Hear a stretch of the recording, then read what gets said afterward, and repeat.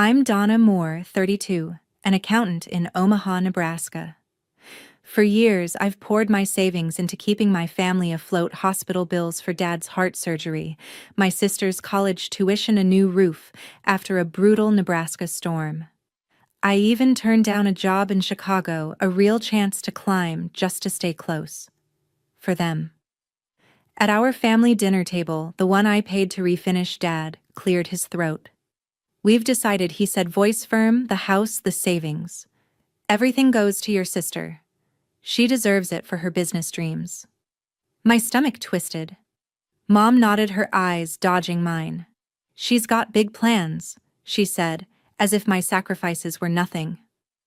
I gripped my glass knuckles white. Their words? "Your sister deserves it," hitting like a punch. All those late nights balancing their books, weekends spent fixing their messes, erased. They didn't see me. They thought I'd keep playing the dutiful daughter, pouring my paychecks into their lives.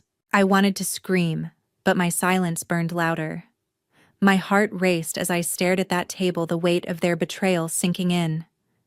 They'd taken everything I gave and handed it to her. Something snapped in me that night. If you've ever been pushed aside by family, smash that like button and share this story. You won't believe what I did next.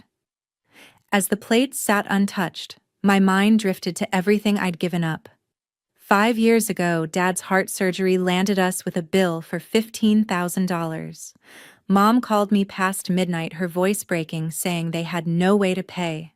I sent the money by morning, draining every cent I'd saved.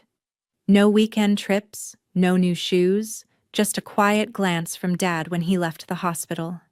He never spoke of it again. I told myself it kept him breathing, and that was enough. Leslie's college tuition hit next. She swore a business degree would launch her into some grand entrepreneurial life, so I covered $10,000 a year for 3 years. My own rent and car payments barely fit my budget, but I made it work, believing she'd soar. She stumbled through classes, partied more than studied, and barely graduated. Her string of failed ventures, boutiques, food trucks, ate up her focus, but I stayed silent, signing checks to keep her dreams alive.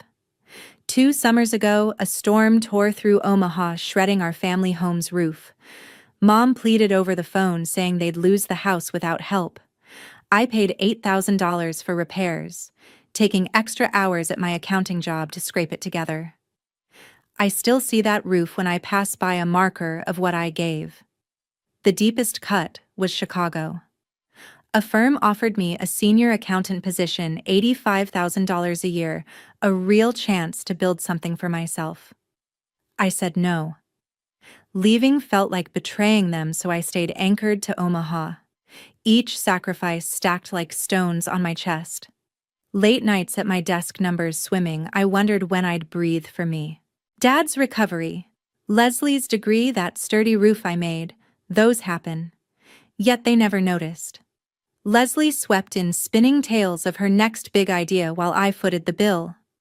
Mom and Dad cheered her vision, never asking how I stretched my paycheck. I didn't want applause, just a moment of recognition. Instead, I got their silence.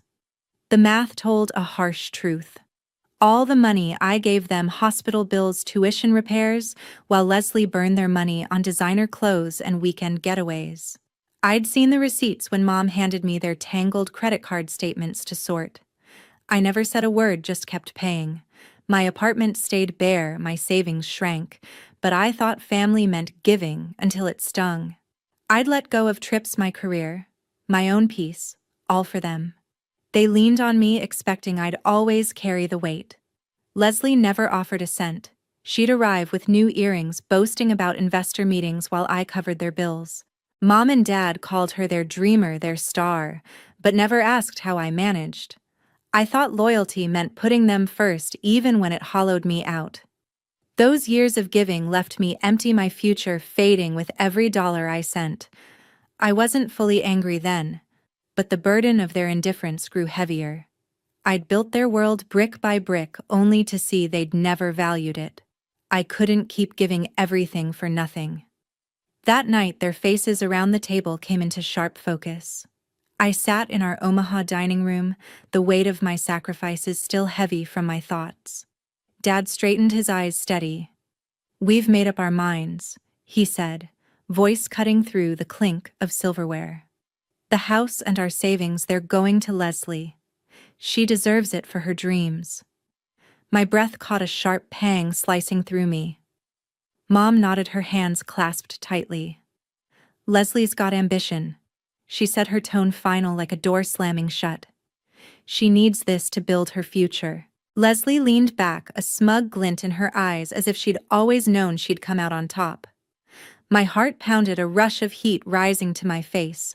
The house I'd helped keep standing, the savings I'd propped up, they were handing it all to her. I'd poured years into this family and they acted like I was a shadow. My fingers tightened around my napkin, crumpling it. I wanted to yell, to ask why my efforts were invisible. But I bit my tongue, my silence a heavy anchor in the room. Dad folded his arms, satisfied. "Leslie's got big ideas," he said, glancing at her with pride. "She'll make something of herself." Make something. I'd held them together, but they didn't see it. Leslie spoke up, her voice bright and sharp. "I've got plans in motion," she said, flipping her hair. "This is my shot." She didn't even glance my way, as if my presence didn't matter. Mom reached out, touching Leslie's arm. "We're behind you," she said warmly, her eyes never meeting mine. The air felt thick, pressing against my chest. I thought of all I'd given, time, energy, my own plans swallowed by their needs.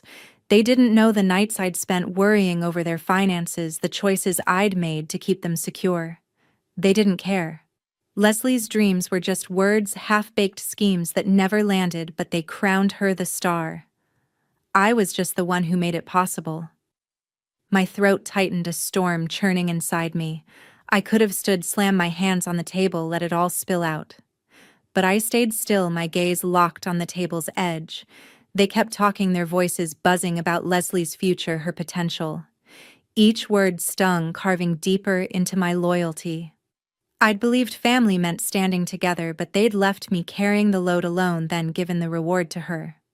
Leslie laughed, tossing out some vague idea about a new venture, while Dad nodded like she'd cracked a code. Mom added, "We trust you, Leslie." Not me. Never me. I felt like a stranger in my own home, unseen, erased. I shoved my chair back, the sound sharp against their chatter. "I need a moment," I said, my voice low and tight. They barely noticed. Leslie kept spinning her plans. Mom kept smiling. Dad kept nodding. I stepped onto the porch, the Nebraska night biting at my skin. Their words rang in my head. "She deserves it. Deserves it." I'd given everything and they'd given me nothing. Not a nod. Not a word of thanks. Something shifted in me then, a quiet break I couldn't undo. I wasn't their anchor anymore. Another week passed and I couldn't shake the betrayal. I met Carol at a coffee shop in downtown Omaha, her face tense as she slid into the booth. She'd been my friend since high school, always blunt, and today her eyes carried a warning. "I heard about the dinner," she said, voice low. "But there's something you need to know about Leslie." My stomach knotted, already bracing for trouble. Carol leaned closer, her words sharp. "She's been burning through money, new clothes, fancy trips, all on credit cards they didn't know about. She's racked up debt, and it's tied to your parents' house." I froze, my coffee cup heavy in my hands. Leslie's spending wasn't news. She'd always loved flashy things, but tying it to the house I'd fought to keep standing felt like a slap. Carol pulled out her phone, showing me a screenshot of a bank notice she'd gotten from a mutual friend at the loan office. It confirmed Leslie had used the house as collateral for her debts without Mom or Dad knowing. My pulse raced, anger mixing with disbelief. All my years of keeping them afloat, and Leslie had gambled their home on her whims. I drove straight to Mom's house, my knuckles white on the steering wheel. She was in the kitchen stirring tea, looking tired but calm. I didn't sit down. "Did you know Leslie's been using the house for her debts?" I asked, my voice steady but sharp. Mom's spoon stopped, her face paling. "What are you talking about?" she said, but her eyes flickered like she'd suspected something. I laid it out. Carol's warning, the bank notice, Leslie's secret spending. Mom's hands shook, but she shook her head. Leslie wouldn't do that. She's just ambitious. I stepped closer, my voice rising. Ambitious. She's risking everything you have. Why do you keep defending her? Mom looked away, her lips tight. She's trying to build something, she said softer now. You're strong, you always manage. Leslie needs us. Her words cut deep, twisting the knife of their choice at that dinner. I'd been their anchor, but they still chose her even now. My chest burned, but I pressed on. The bank could take the house, Mom. Did you even check? She faltered, her hands gripping the counter. We trusted her, she said, almost a whisper. I wanted to scream, to shake her until she saw the truth. Instead, I pulled out my phone, showing her the same bank notice Carol had shared. Her eyes widened, and for the first time I saw doubt creep in. How did you get this? She asked, voice trembling. Carol, I said. Someone had to tell me since you wouldn't. Mom sank into a chair, silent, her face a mix of shock and shame. I stood there waiting for her to say something, anything to make it right. But she just stared at the table, her hands folded. The woman who'd praised Leslie's dreams now looked lost, like the ground had shifted under her. I'd spent years protecting this family, only to learn Leslie had endangered it all. My anger wasn't just at her, it was at Mom, Dad, their blind faith in her. I turned to leave, my voice low. You chose her, but she's the one sinking you. I walked out the door, clicking shut behind me, my resolve hardening. I was done cleaning up their mess. A month later, Mom texted, the house payment is due. I stared at the screen, my fingers hovering over the keys, and typed back, that's not my responsibility. The words felt like a blade, sharp and final, cutting through years of obligation. I'd silenced my phone to block their relentless calls, Mom's soft pleas, Dad's stern demands, Leslie's entitled accusations. Each unanswered ring was a brick in the wall I'd built around my peace. My Omaha apartment now, a fortress against their expectations. For weeks, I'd avoided their messages, letting voicemails pile up like debts I refused to pay. My life, once tethered to their needs, was finally mine to claim. That evening, a sharp knock echoed through my apartment.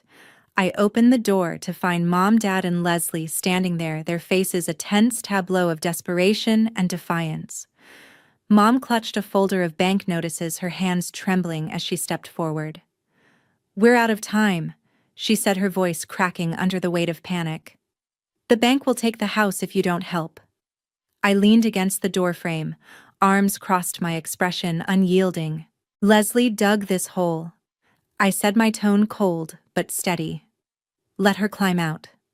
Leslie's eyes flared, her jaw tight with anger. You're betraying us, she spat. Stepping closer, her voice dripping with venom. We're your family, and you're just walking away. I let out a bitter laugh, the sound harsh in the quiet hallway. Betraying you, I've carried this family for years. Every bill, every crisis, every sacrifice. And you handed it all to her. My words landed like a slap, and her face flushed, but she didn't back down. Dad moved forward, his presence heavy, his eyes searching mine for the daughter who'd always caved. This isn't who we raised, he said, his voice low, laced with disappointment.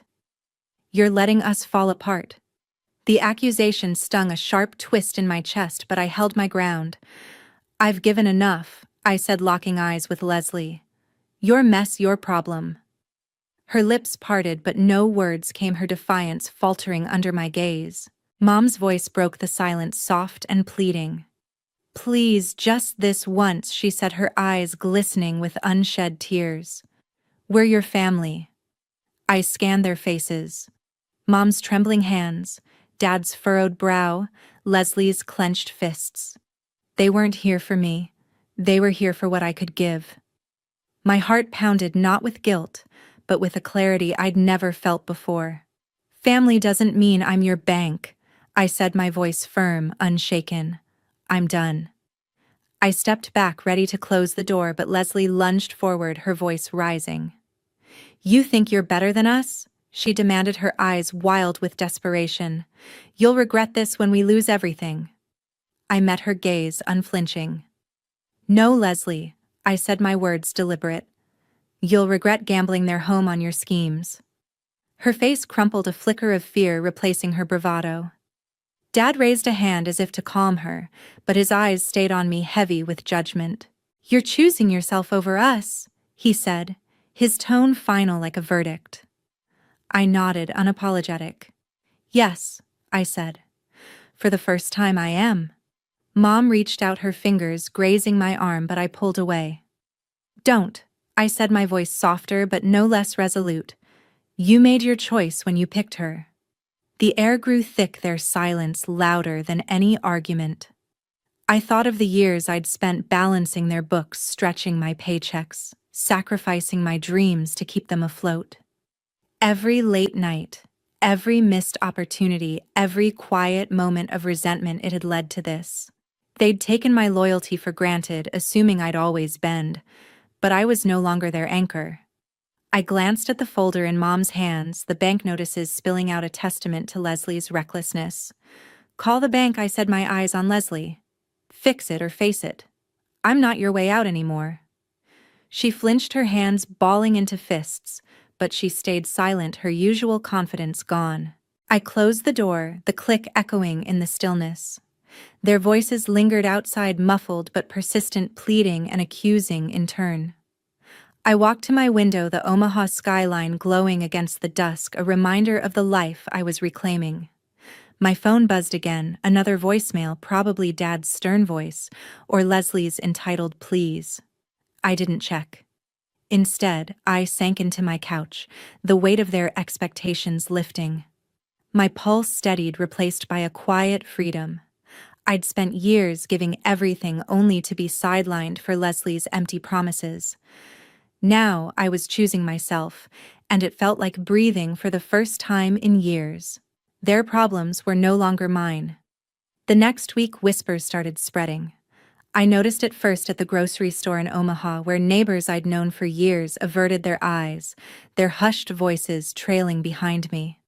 By Wednesday, my inbox was flooded with messages from old friends asking if the rumors were true.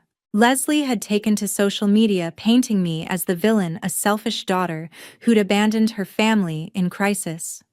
Her posts, sharp and venomous, accused me of turning my back on Mom and Dad, leaving them to lose their home. My throat tightened as I read her words, each one a twisted lie that burned. At work, the whispers grew louder.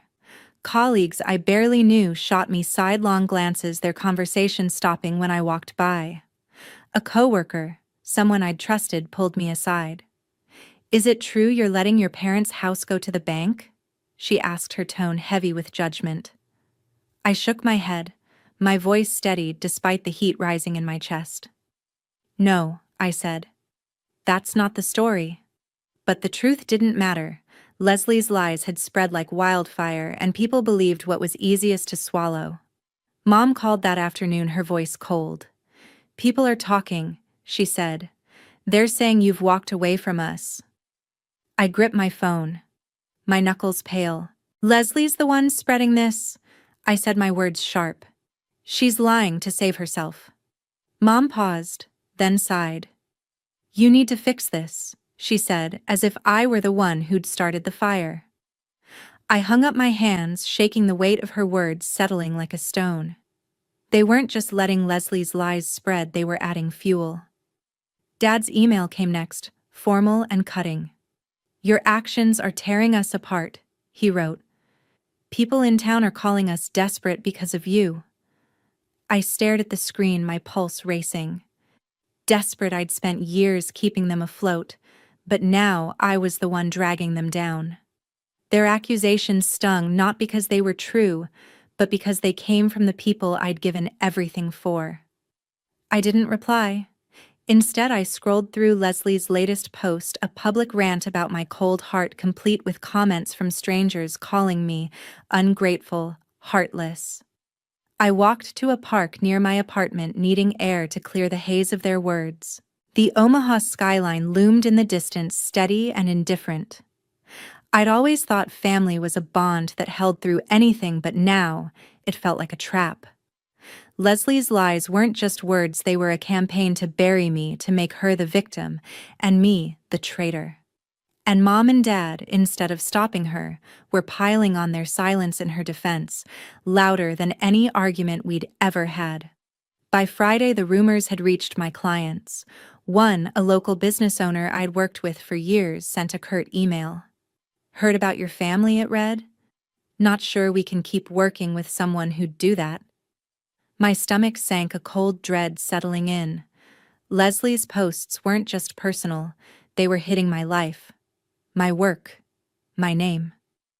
I sat at my desk staring at the email, my fingers hovering over the keyboard. I wanted to fight back, to post my side, to scream the truth. But I didn't. I closed my laptop, my resolve hardening. They could tear me down, but I wouldn't let them break me. A few days later, they showed up at my office. The glass doors of the Omaha accounting firm swung open, and Mom, Dad, and Leslie marched in, their faces set like stone. My colleagues glanced up, the air thick with tension. I stood behind my desk, papers scattered, my heart pounding, but my expression calm. Mom spoke first, her voice low but sharp. "We're here to talk sense into you," she said, clutching a folder. "You can't keep ignoring us." I leaned back, arms crossed. "I'm not ignoring you," I said, my tone even. "I'm done fixing your problems."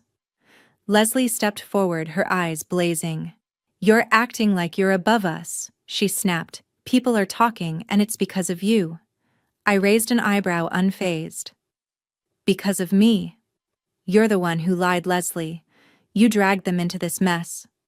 Her face flushed, but she didn't back down, pointing a finger. "You're tearing this family apart." Dad's voice cut through, heavy with authority.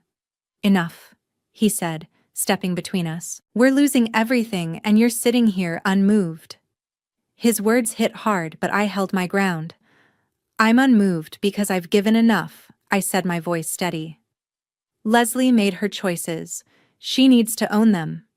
Dad's jaw tightened, his eyes searching mine as if looking for the daughter who'd always stepped in. He wouldn't find her today. Mom opened the folder, spreading bank notices across my desk. "Look at this," she said, her voice trembling. "We're out of time. You have the means to help." I didn't touch the papers.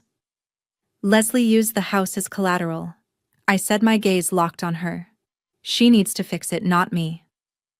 Leslie's eyes darted away, her defiance cracking. "I was trying to build something," she muttered. "You wouldn't understand." I laughed, sharp and cold. "Build something? You built a disaster." The room fell silent. My colleagues' stares burning into us. Mom's shoulders slumped, her voice soft now. "We're your family," she said, almost pleading.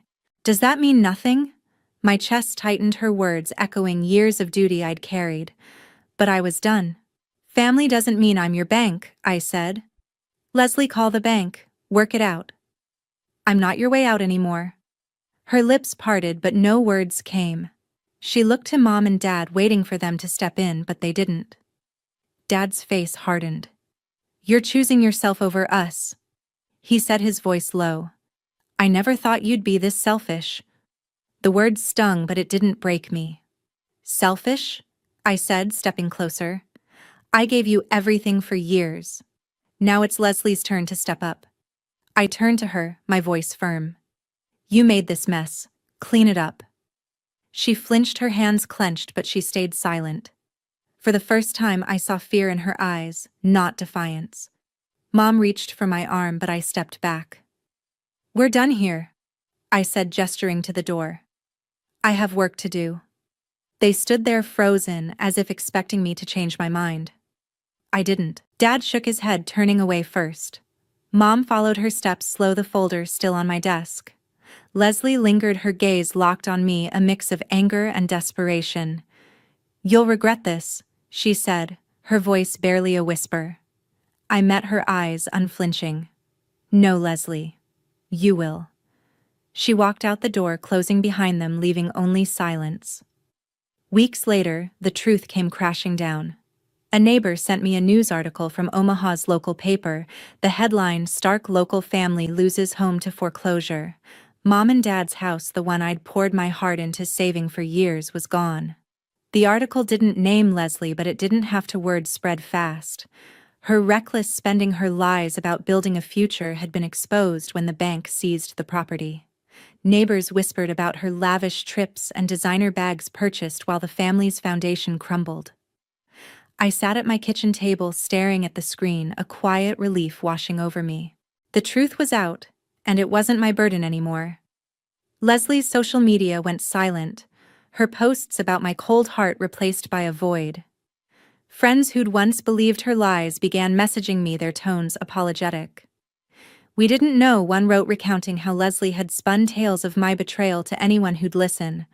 A local shop owner who'd questioned me weeks ago called to say he'd heard the real story. Leslie's debts, her refusal to act, her dragging Mom and Dad down with her. I nodded, my voice calm. "It's over," I said, and meant it. Their judgment no longer held weight. Mom called one evening, her voice thin and tired. "We're staying with friends." She said the words heavy with defeat.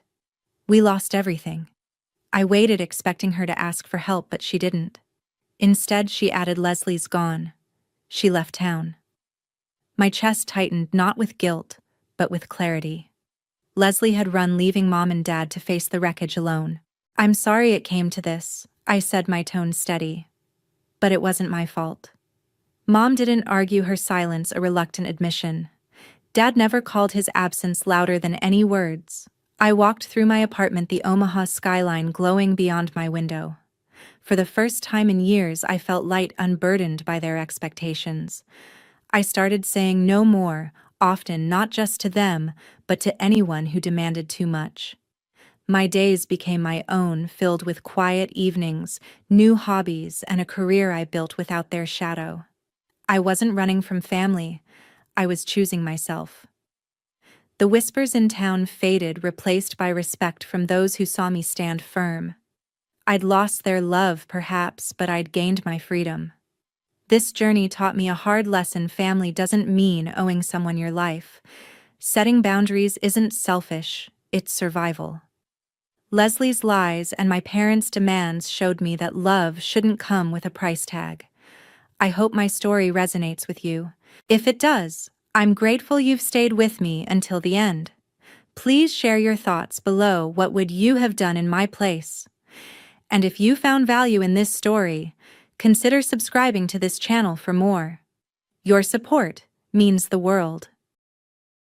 Stop being so dramatic, Kathleen. You knew this was coming.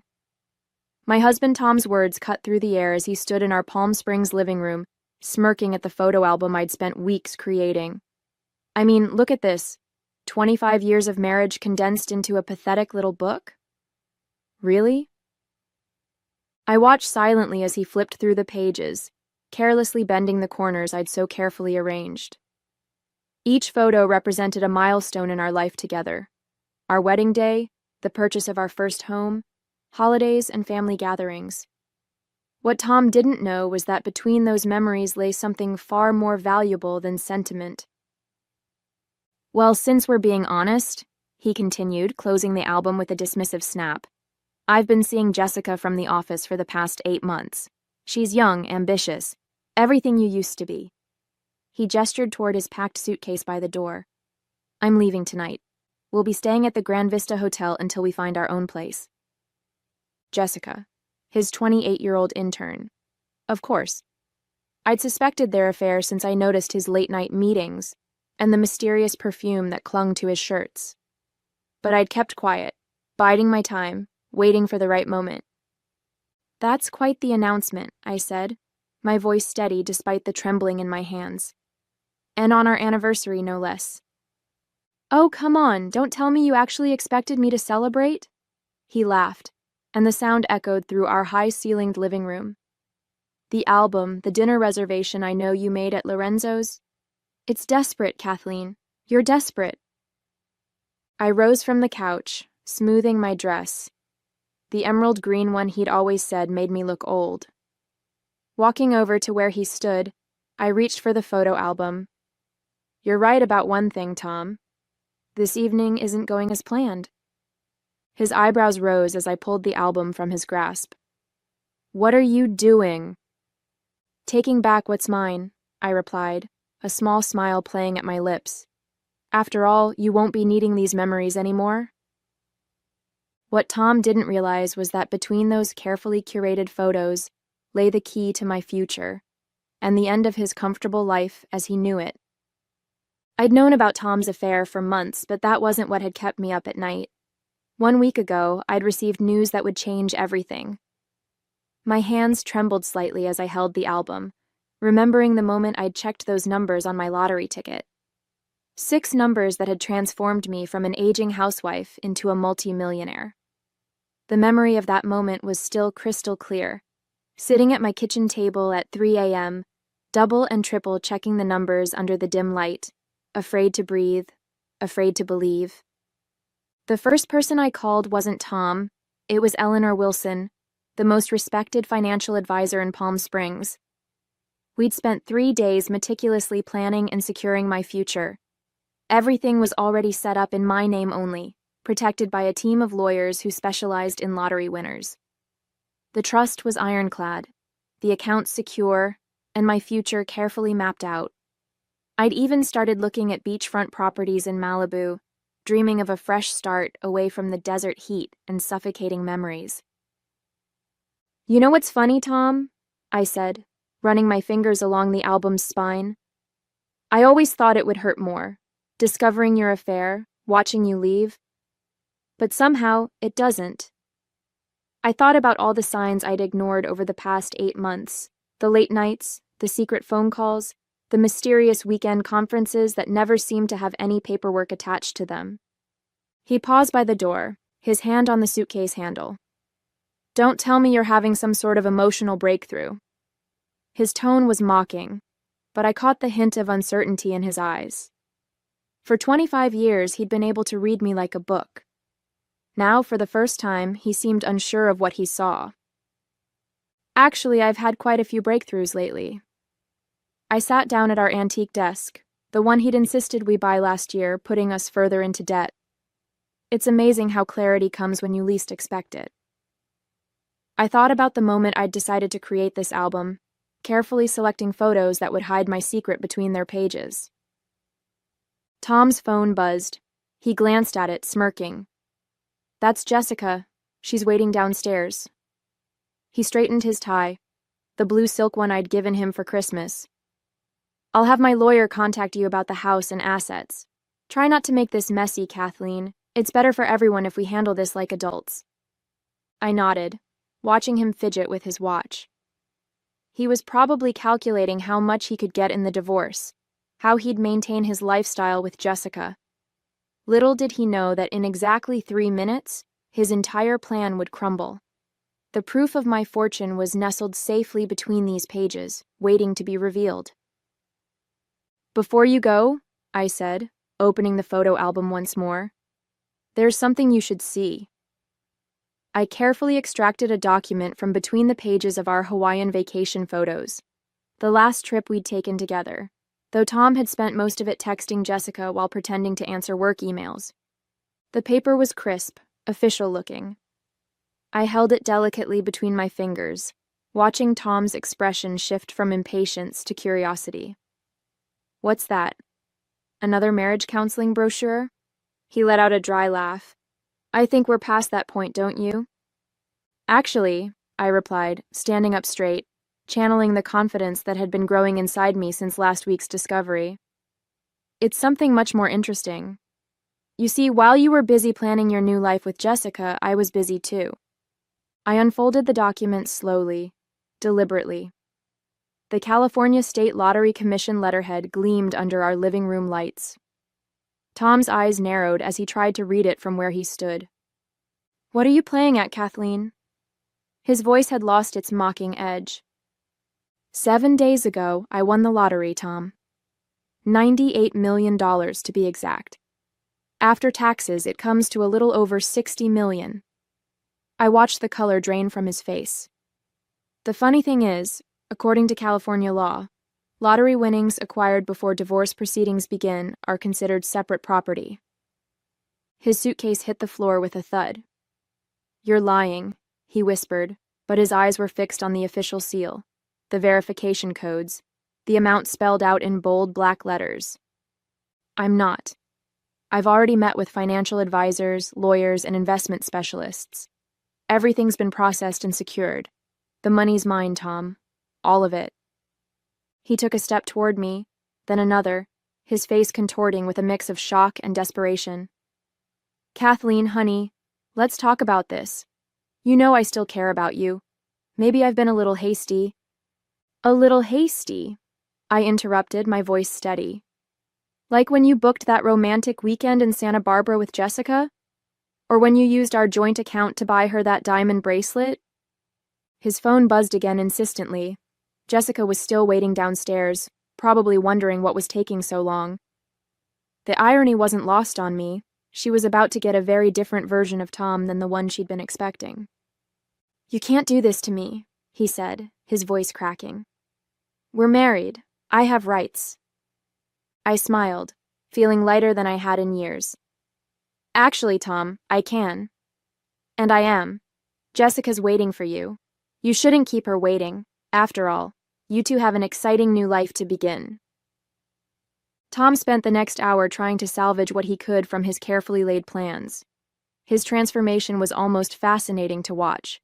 The way his previous disdain melted into desperate charm, how his smirk softened into what he probably thought was an endearing smile.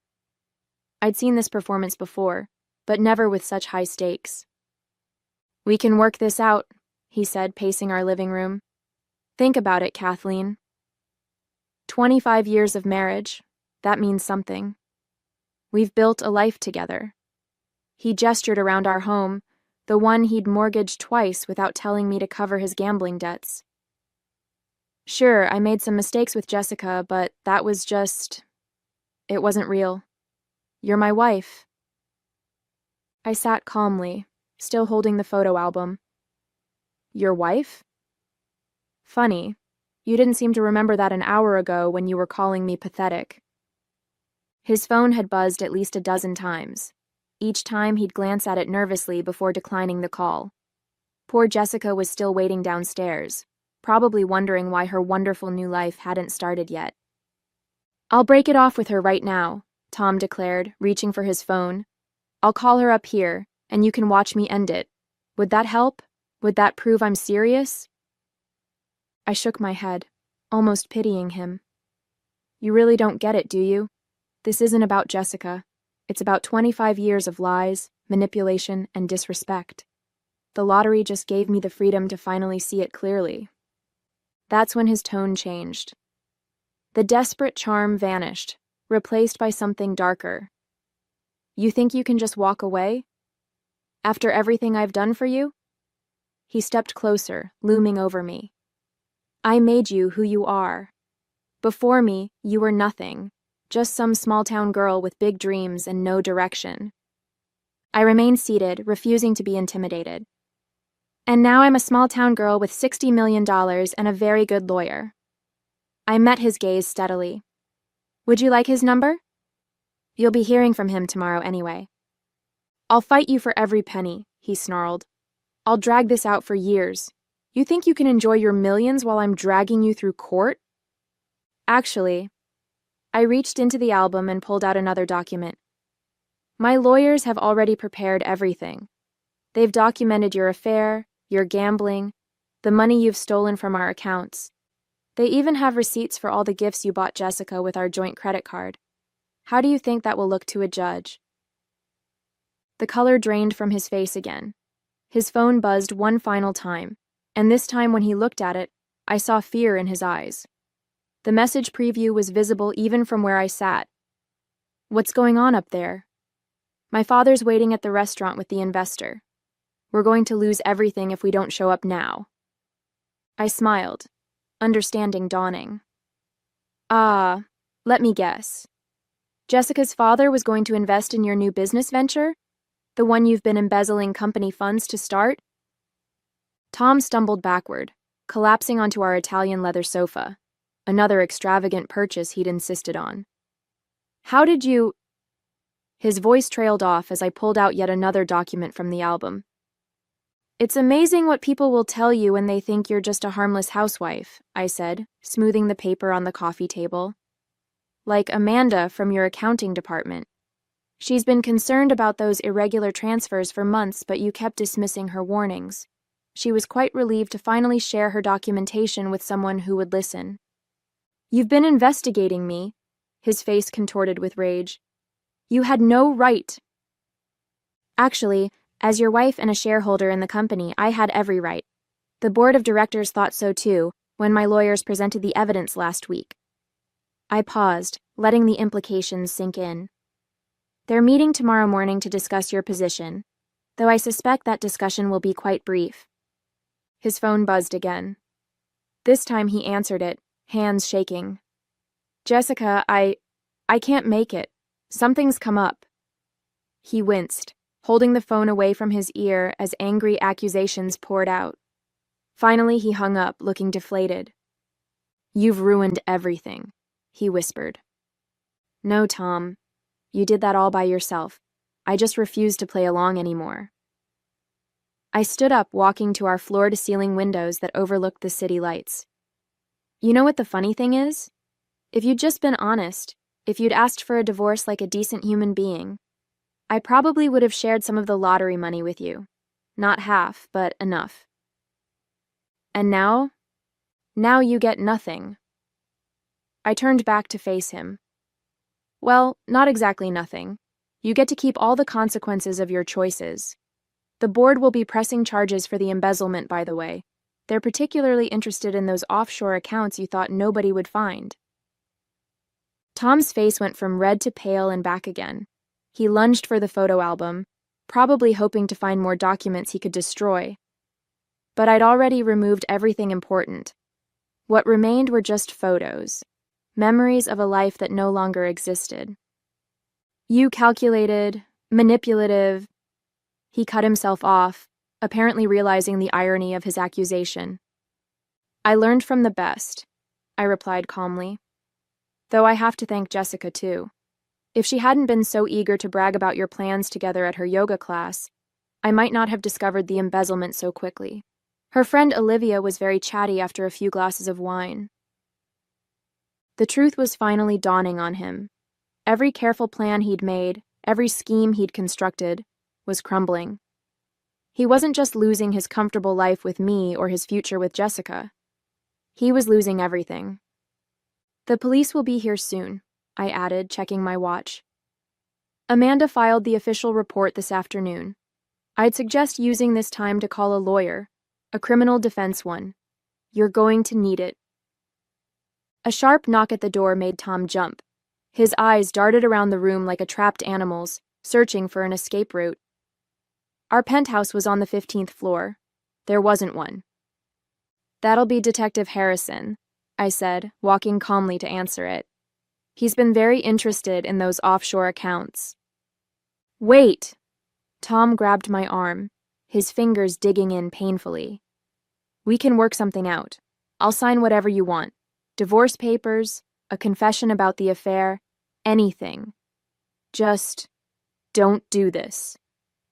I looked down at his hand on my arm, then back at his face. Remove your hand, Tom. Now. The knock came again, more insistent this time. Tom released me, stepping back. You don't understand. There are other people involved, powerful people. If this gets out... Oh, I know all about your powerful people, I replied, straightening my sleeve. Like Michael Anderson, who's been helping you hide money through his shell companies. He rolled over on you 3 days ago. Turns out he's more afraid of federal prosecution than he is of you. Tom's face went ashen. That's impossible. Michael would never... He did.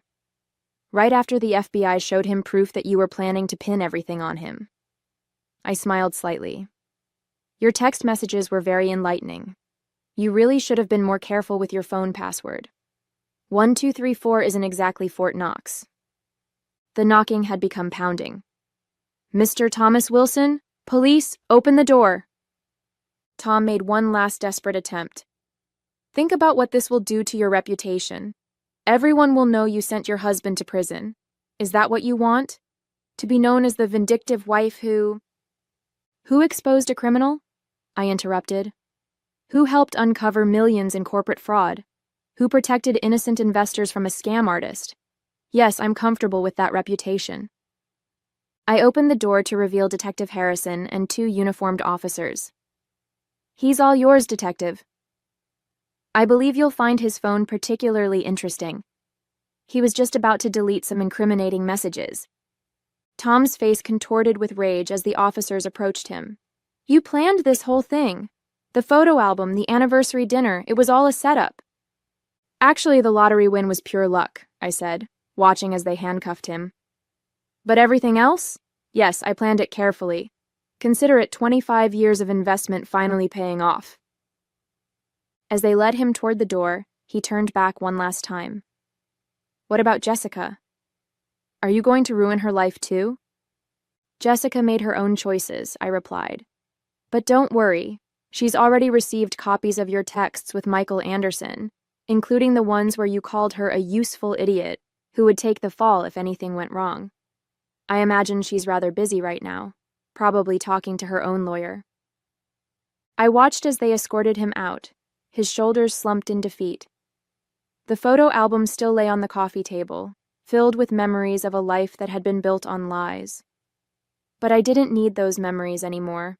I had something better, a future of my own making. 1 year later, I sat in my new Malibu beach house, watching the sunset paint the Pacific orange and gold. The sound of waves had replaced the desert winds of Palm Springs, and the salt air had washed away the last traces of my old life. The media circus following Tom's arrest had been intense but brief. Corporate fraud rarely holds public attention for long, especially when bigger scandals emerge. Tom had taken a plea deal, agreeing to testify against his co-conspirators in exchange for a reduced sentence. 8 years instead of 20. Jessica had fled to Arizona after the scandal broke, her dreams of being a wealthy executive's wife shattered. I picked up the morning's paper, another article about the case, this time praising the whistleblowers who'd exposed the fraud. My name was mentioned, along with Amanda from accounting, as key figures in uncovering the scheme. But that wasn't the story that interested me. Instead, I focused on the business section, where my new charitable foundation was featured.